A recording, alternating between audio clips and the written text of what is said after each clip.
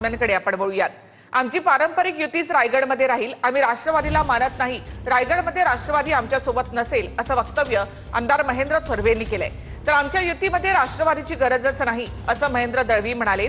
यावर सुनील तटकरे यांनी प्रतिक्रिया दिली। असल्या किरकोळ गोष्टींचा मी विचार करत नाही असं तटकरे यांनी म्हटलंय। शिवसेना भाजपची युती होणार की महायुती होणार रायगडमध्ये? तुम्ही म्हणतात की तुमच्या विधान शिवसेना भाजप आरपीआय आमची जी पारंपरिक युती आहे तीच युती राहणार, राष्ट्रवादी आमच्यावर नसणार आहे। परंतु महायुतीमध्ये राष्ट्रवादीचे नेते तर म्हणतात की महायुती 3 पक्षाची आहे। नाही, आम्ही मानत नाही त्या राष्ट्रवादीला। रायगडावरती शिवराज्याभिषेक सोहळा होता, त्या कार्यक्रमाला सुनील तटकरे पोहोचले नव्हते असं आता त्यांनी त्याच्या भाषणात सांगितलं। मग तर म्हणजे चांगला कार्यक्रम यायला पाहिजे होतं। बरं शेतीची उणीव बोलून दाखवली, पण आमचं जे आहे ते चालूच राहणार, तुम्ही चिंता करायची गरज नाही। परंतु मग रायगडमध्ये युती कोणाची होणार? शिवसेना भाजप की राष्ट्रवादी आणि राजश्रवादीची? युती आमची कायमचीच आहे, राष्ट्रवादी सोबत नसणार? अजिबात नाही।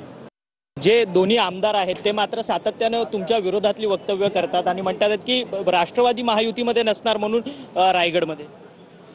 मी काय फार विचार करत नाही किरकोळ बाबीचा।